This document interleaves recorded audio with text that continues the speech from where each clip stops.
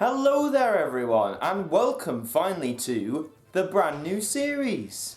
Yes, I know I've talked about this new series quite a lot.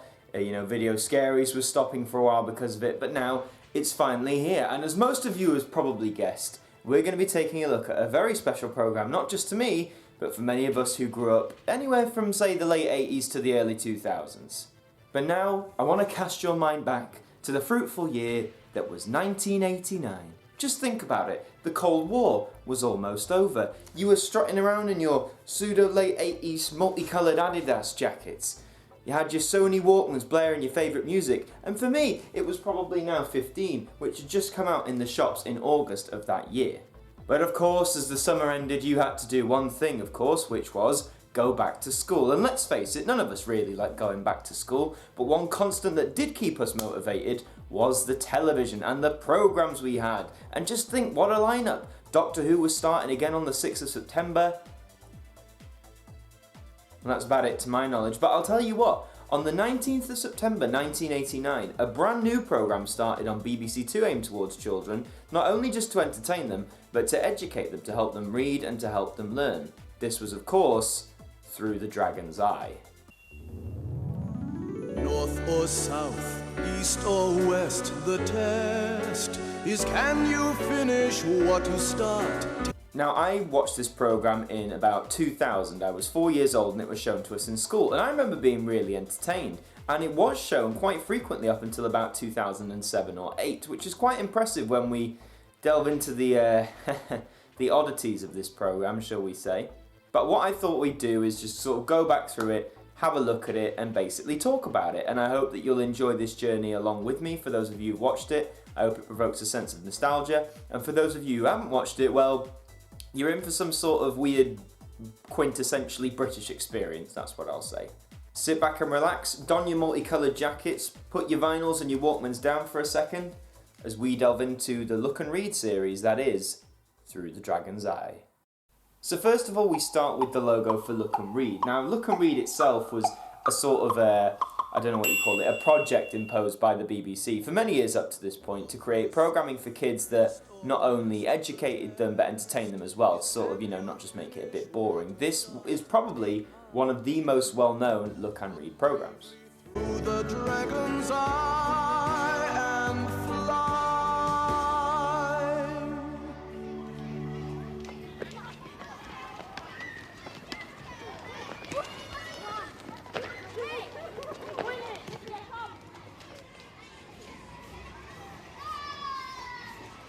Dragons. If dragons were real, I'd have a pet one. You'd be scared silly. So right away we were introduced to these three children, Amanda, Jenny and Scott. And right off the bat you can see that Scott is a bit of a terror. Hang on, we haven't done his eye yet. Oh yeah. No, I'm painting his eye, you said. Alright. So literally from the first 30 seconds you can see Scott's a snidey little and that Jenny is a bit of a control freak. I feel quite bad for Amanda in this situation. I mean, in the first 10 seconds, two of the three main characters have already managed to screw up their images to us as kids. Amanda is our shining grace. What's so special about the eye, anyway? It's the most important bit. Paintings look alive if you do the eyes properly. Yeah, you'll be able to watch us and breathe fire at us.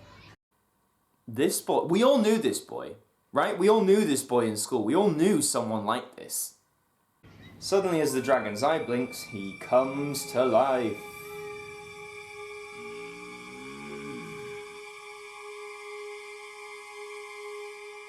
Good morning. It is good to meet you, Amanda,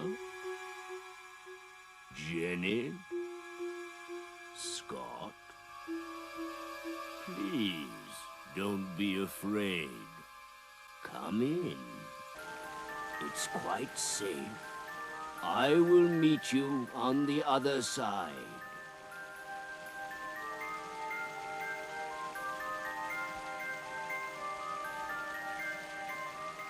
Scott?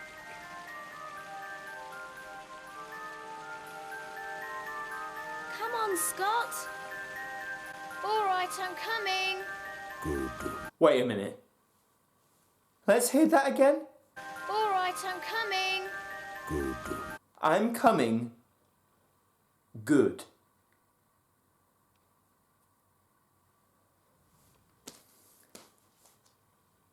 They say the BBC was a different time in the 1980s. Yeah? So they step behind the waterfall and enter into this magical set piece created by BBC designers. Welcome to Pelamar. Where? Pelamar. My name is Gorwen.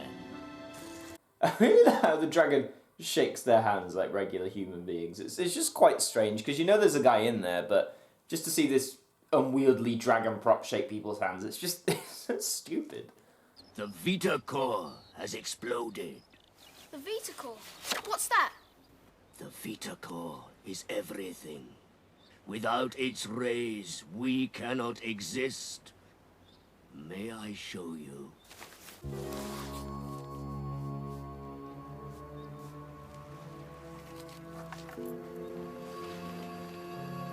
Let us go to the pool. No, don't take them to the pool, for God's sake. So after Scott writes the questions that we're all thinking, also to help the audience learn how to read, we go to the pool for probably one of the most pointless but also needlessly long exposition dumps you've ever seen in children's TV. Come in. The pool will show you many things. Well, what is this Vita Core then?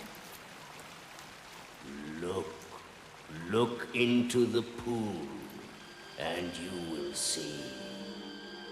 Okay, so as we stare into the pool and Gorwen breathes fire on it, we gaze at the figure known as the Vita Core.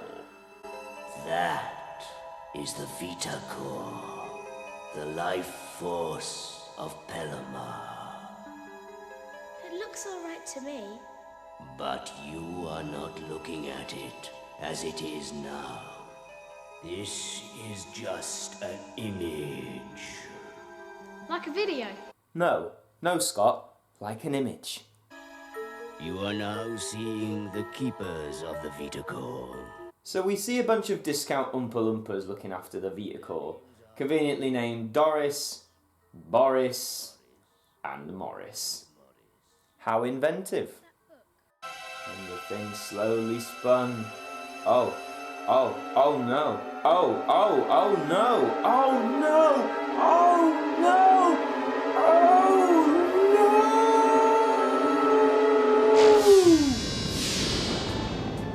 What? Exploded, gone. Oh. The Vita Core. I think we can all agree this is the real tragedy here, people. So in case you didn't know, in Through the Dragon's Eye you have a lot of songs, well, a few songs really, that show you the words that we're explaining so you can learn how to read, you can learn how to write these words. You know, really important words that you're going to use throughout your entire life. For example, let's think, the Vita Core, or Pelamot, or Pelamar, or, just for good measure, the book of the Vita Core, just in case you don't know how to spell the word book by now. Why did it explode? We do not know. Wait a minute, okay, so you went through this whole exposition for 3 or 4 minutes just to eventually say you don't know how it exploded. I know you're trying to stretch this out to 10 weeks, but throw us a bone. The keepers have found all the pieces of the Vita Core, and they have the book to tell them what to do. So what's the problem? Why don't they just put it back together? What you gotta do is read the book and do what it says, right? But what if they cannot read the book? So the whole thing of Pelamar is they can't read, which, you know, you're kind of now hitting your educational theming on the nose a little bit here, guys. Come on! Excuse me. Rhodey. Whoa! Whoa! I did not sign up for this. Gorwen, we must do something about it. We must find out if the keepers can read. If they can. If? Of course they can't. If they cannot. Okay, so what...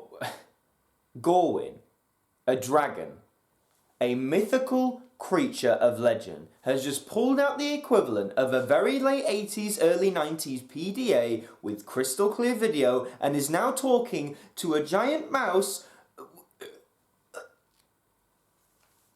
And you wonder why us 90s children and early millennials are so messed up in the head, or why our humour's so strange. Gee, I don't know, maybe it's because the stuff we were shown in school involved a talking dragon talking to a mouse on PDA. We will need help. You don't say. So, let us see what the keepers are doing now. Why must you talk like this? Yes, Doris. Thank you. Now, Boris, you read the book and I'll start putting the bits together. No. I tell you what, you read the book and I'll put the... No. Boris, you read the book. I can't. The dust makes my eyes water. Well, I can't, because I haven't got my glasses. Boris, you don't wear glasses. So after pointless bickering, they open the book upside down, just proving how slightly incompetent they actually are. And this, ladies and gentlemen, is the confusing, baffled nature of all governments. So, will you help us? Will you read the book?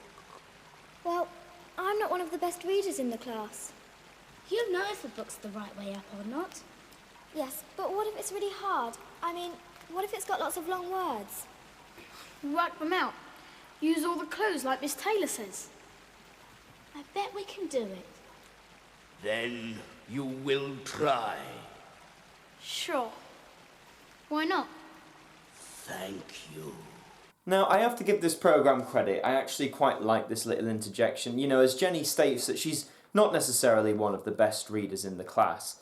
I mean, you know, I'm sure a lot of us have been there. We weren't necessarily the strongest readers or strongest at many things in our classes at school. But it's nice to see that these characters then do support her, and they do reference methods that you do learn in school, like as Scott says, all the clues. And I can't believe I'm agreeing with this snidey little kid who was acting like this only about 10 minutes ago. But anyway, it's a nice scene, so is it going to continue that way? Now, are you ready to fly?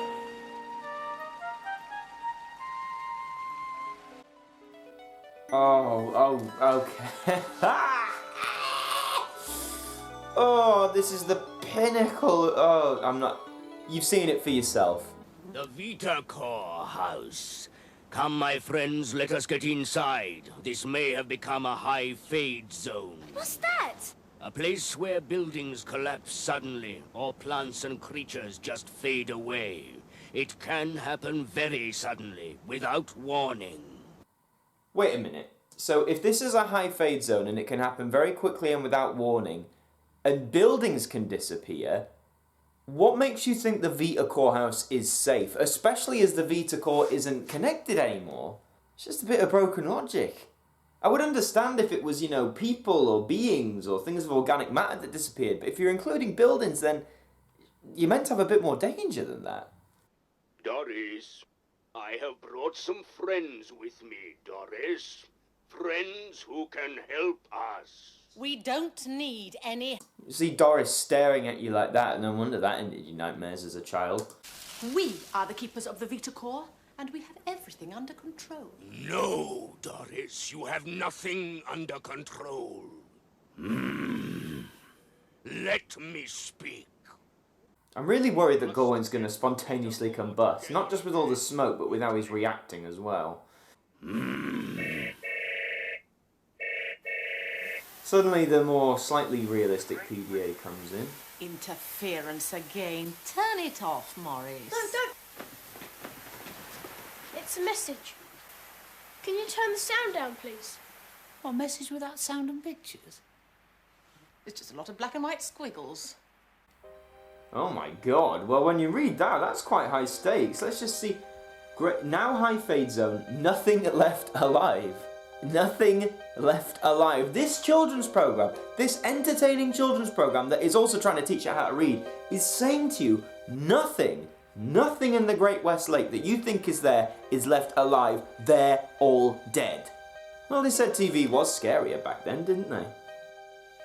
It's about the Great West Lake. It's become a high fade zone. I'm not sure how I feel about that. Amanda sort of fills us in with what the text has just said. Is that compensation for maybe those in the class who aren't reading or don't know how to read some of those words? Oh, yes. You don't know what all those squiggly lines and dots mean, do you? But neither do you! Gorwen. Whatever that is, I don't like it. And neither should you. I'm afraid it's upside down. Well, that's a big book. We're going to be here for a long time. No wonder they stretched it out to 10 weeks. Yes, thank you. All the exposition. We have to start at the beginning.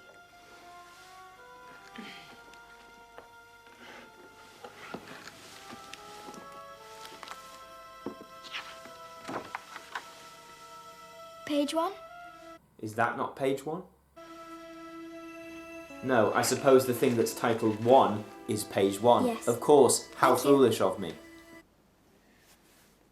The Vita Core is constructed in such a way that every component part, or Viton, is relative to and dependent on another. So here's now a reading lesson in your class, but with characters you don't know instead of your teacher. Are we having fun yet? I didn't get one word of that. Do you understand it, Scott? Only that there are 25 bits and they're called Vitons. Well, that's a start. They work out they need 25 of these Vitons, and Amanda makes a horrific discovery. Did you say 25 Vitons? Yes, definitely. 25 in total. Well, there are only 22 here. And believe it or not, that is your first cliffhanger. You've got to wait a whole week to find out why there's only 22 Vitons.